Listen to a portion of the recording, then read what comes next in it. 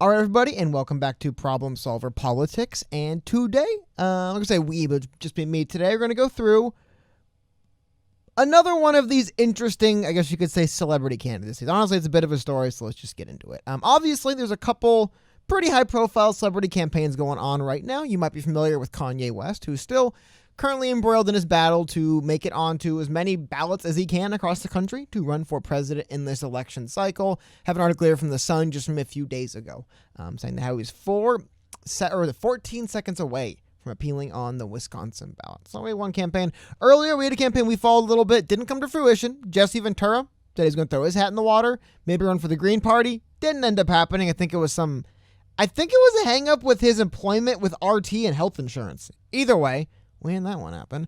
And then we also had, for the second time, a Mr. John McAfee, the namesake of the antivirus software you probably have in your computer, ran for president in exile, I believe, because according to him, he's currently on the run from American authorities.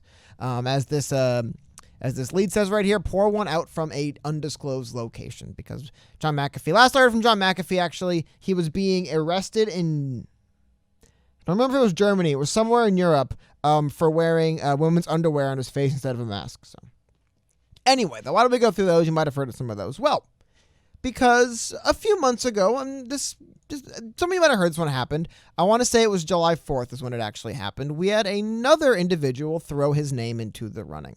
That is, depending on how much you know about the guy, either a controversial blockchain founder, a star.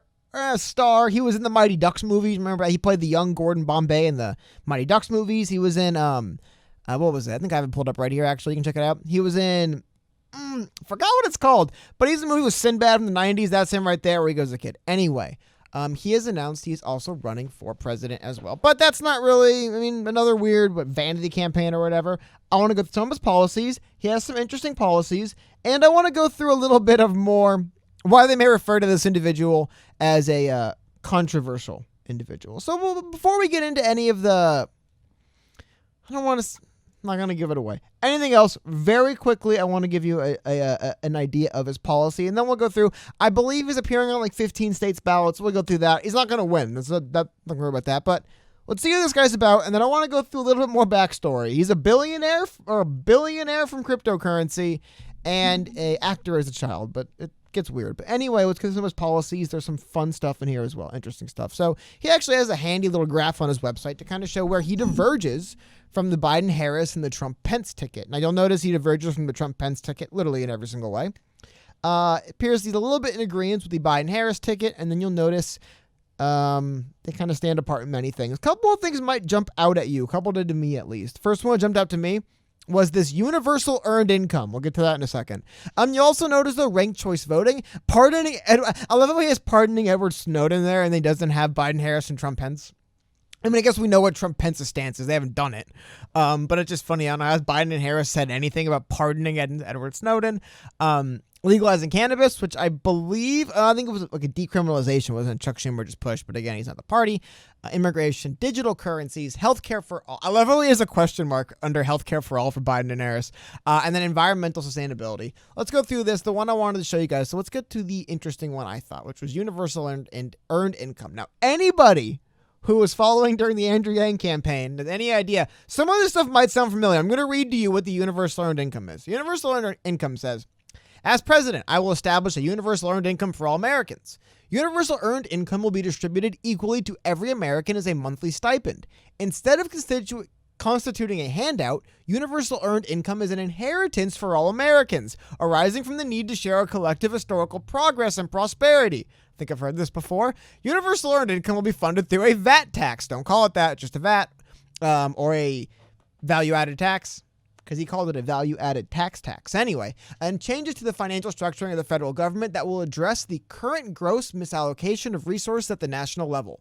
In particular, ending corporate welfare that exists in major corporations paying little or no federal taxes will be key to funding the universal earned income. Honestly, and again, I always say this, Andrew Yang doesn't get to be the owner of universal basic income for all eternity now. He obviously was he learned from other people about it. But this is almost a word for word if you just change earn with basic, it's basically word for word what Andrew Yang would have on his website. So I thought that was kind of funny for this. And then also another one of these ones I wanted to go through, and that was ranked choice voting. That's interesting. Ranked choice voting systems are electoral systems that allow voters to rank candidates in order of their preference on the ballots. Very much, yes, that's what they are. And I'm not going to read this word for word because it basically is just, he explains what it is, but he's pro ranked choice voting. Again, kind of lined up with Andrew Yang a little bit. And then there's one more one of the bullet. Pardoning Edward Snowden. I want to read what he has to say about this. Then we'll get into the more about this, but I thought we'll go through some of his policies on his website, a couple other things first. So, Edward Snowden took an oath to serve and protect the United States of America. He fulfilled that oath by exposing the injustice of a mass surveillance program that collects data on every American citizen without their consent. Before blowing the whistle to alert the American people, Snowden went to his colleagues and superiors to address his concerns about the legality and integrity. Yes, all aware. After his superiors failed to address his risk, Snowden risked his life. Okay, so as he says, he just should be pardoned.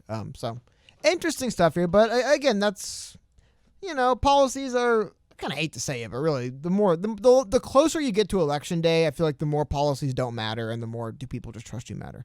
And that was why I wanted to segue into this. Do people trust you? That's going to be very important if you're running for president. Now, this individual, he was described as controversial. This is an article from Decrypt. It's like a crypto website. People in the crypto community, they're probably already pulling their hair out, probably missed things about this guy. He's apparently an influential individual in that community. I'm not a big follower of it, but let's go through this article. So, article is posted September 14th. It'll be yesterday. Brock Pierce served with lawsuit at own campaign event. 2020 candidate and former EOS frontman just wanted to shake the man's hand. Now he's been served court papers for a class action lawsuit involving Block.one. What does all this stuff mean? This article actually does a pretty good job of summing it up. That's why I brought it up.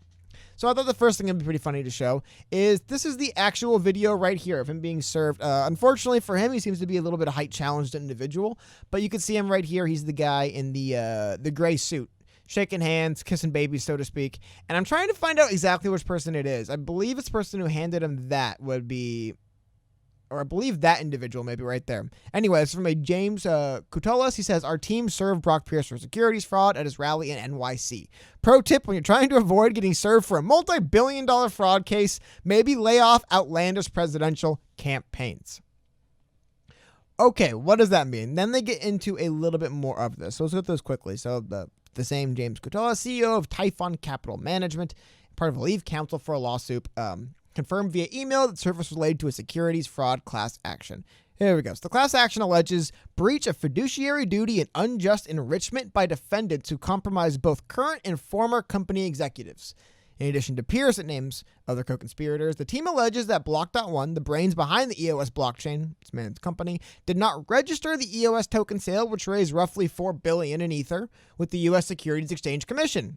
Gonna have to do that. Moreover, the complaint alleges that the defendant kept investors in the dark about its operations and even about being investigated by the SEC. Yeah, I don't think investors like that.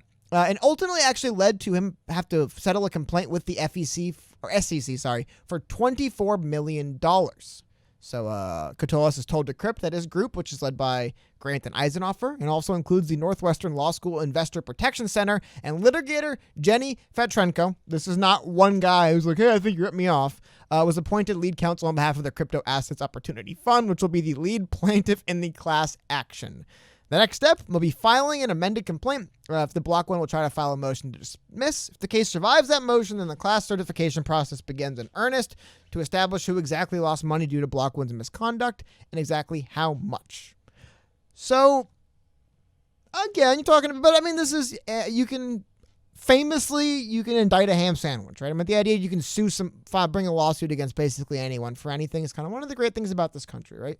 And I will say, in the defense of this individual, I'm a big fan of Akon, actually less as a musician and more as what he's done personally. And we see that Akon's actually joined Mr. Pierce as his chief strategist. This is posted about August 26th. I think he has a quote in here about him.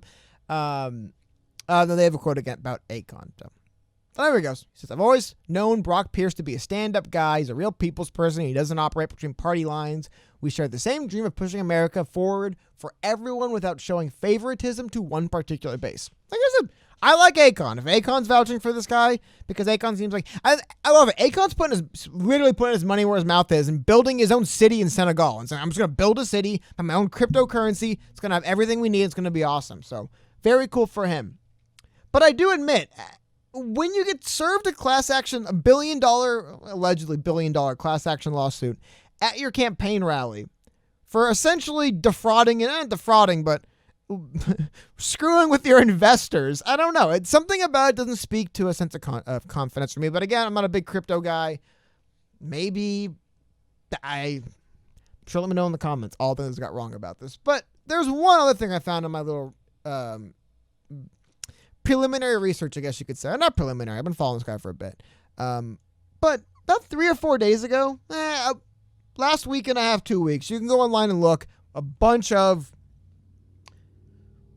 get to know Mr. Pierce articles have come out. Just kind of, because a lot of people know, they all refer to him as a Mighty Ducks actor. I looked up the pictures of Mighty Ducks. I remember the movies, don't remember him. But this was kind of interesting. I remember going through, this is a Fox News one right here, but they talk about his career after acting, and they say that as a teen, Pierce moved from acting and immediately into the digital entertainment space, joining as a minor partner in what he dubs the first YouTube, a video content platform entitled Digital Entertainment Network, DEN, or D-E-N.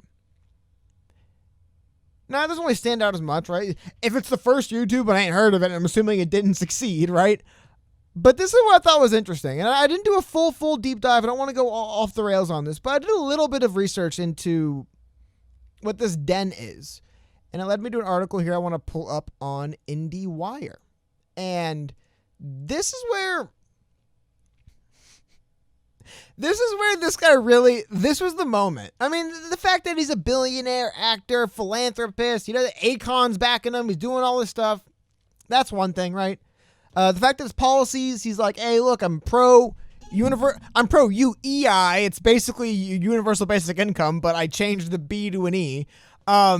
It's earned instead of basic, whatever that means. Like that literally feels like Andrew Yang calling his UBI the freedom dividend because it focus tests well, right? The universal earned income. It's like, people can't call me a socialist if it's earned anyway.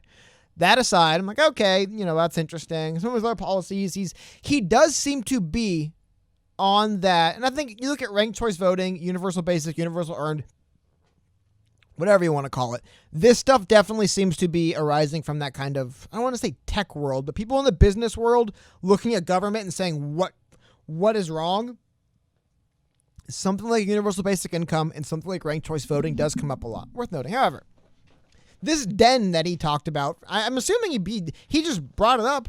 IndieWire also has an article about this. And IndieWire writes that pedophile ring DEN was founded by an abuser, his former victim, and a well-known child actor. This is a really weird story, and this is the one paragraph read through. Again, I could probably do a 40-minute video doing deep dives for it, but I just thought it was interesting to cover this.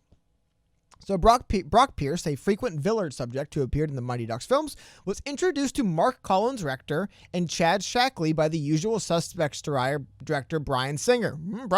Weird to see Bryan Singer and pedophile in the same paragraph, huh? Anyway, Collins Rector and Shackley met in a chat room, began dating, and moved in together when Shackley was 15 and Collins Rector was 31.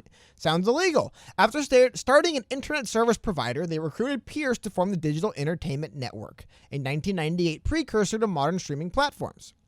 Then provided original content starring child actors. Interesting. Prior to the company's planned $75 million IPO, which in 1998 for a streaming platform. Wow. The trio was hit with sexual abuse allegations in a lawsuit filed by a New Jersey resident, I'm assuming, who worked for Collins Rector. With an investigation underway, they fled the U.S. Interpol arrested them in Spain in 2002. Collins Rector spent 18 months in prison prior to extradition. And I believe Collins Rector would be, the 31-year-old, and then pled guilty to 9 counts of child sexual abuse. He was soon released, and after registering as a convicted sex offender, he ran away to London. Weird story. It was just kind of fascinating to me that this guy is like just talking about his career, and he's like, yeah, and then after I got done with acting, I went on and formed this thing because like the first YouTube called DEN. It's like, then you're just gonna volunteer. Anyone looks it up. It's like, oh, what is this? Oh, that's the thing where That's the thing where the pedophile went to jail who was running it, like your business partner. Okay, either way. Well, the story is in and of itself, a little bit. It could be anything. Hey, he could have literally just been lucky that he wasn't a victim, right? I believe he was a young man at this time himself well. But I thought this was an interesting article I wanted to pull up. So an article going back to 2014 from Ars Technica reports that some in a Bitcoin group resign over new board members linked to sex abuse. Brock Pierce haunted by accusations dating to 1999. He says they're not true. They go on to mention the same thing with Digital Entertainment Network, Mark Collins. Anyway, though, this is what I thought was really interesting. Check out this letter.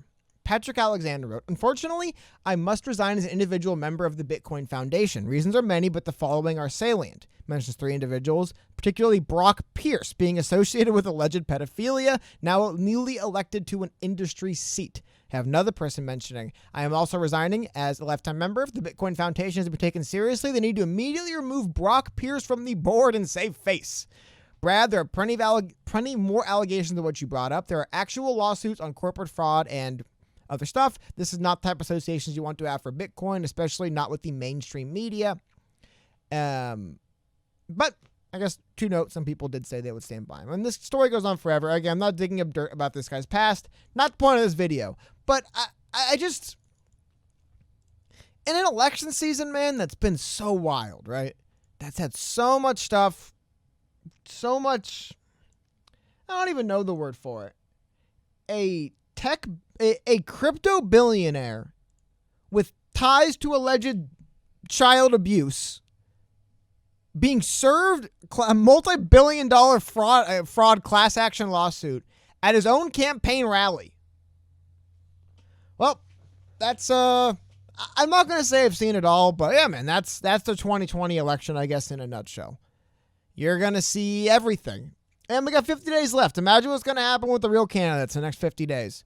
But holy cow, man, it just keeps on going. So anyway, let me know what you think in the comments. If you think Brock Pierce, if I'm wrong, again, if I'm just reading slander about this guy, which, by the way, if it isn't somebody who knows nothing about cryptocurrency, it's almost only bad things they write about this guy. Like, whenever I go into any of these crypto websites or blogs, only bad things. Could be because they're jealous. I'm not going to say he's guilty or innocent or anything. I don't know. All I'm going to say is he did steal the freedom dividend from Andrew Yang. He did do that. That's the thing. Aside from that, though, interesting fellow. Again, I will probably hold out a little bit in benefit of the doubt personally, just because I legitimately do like Akon. If Akon trusts this guy, I'll give him benefit of the doubt. But yeah, crazy story. So again, please let me know in the comments what you think about this. Please let me know in the comments also if there's anything else you know about this guy. Again, he seems to be infamous in these crypto communities. I'm not in them. So anything other kind of funny stuff, anything I missed, or anything that in his defense I didn't leave out, please feel free to leave it in the comments. And as always, if anything I said in this video, anything I said you disagree with, feel free to give me a thumbs down. Either way, have a great rest of your day.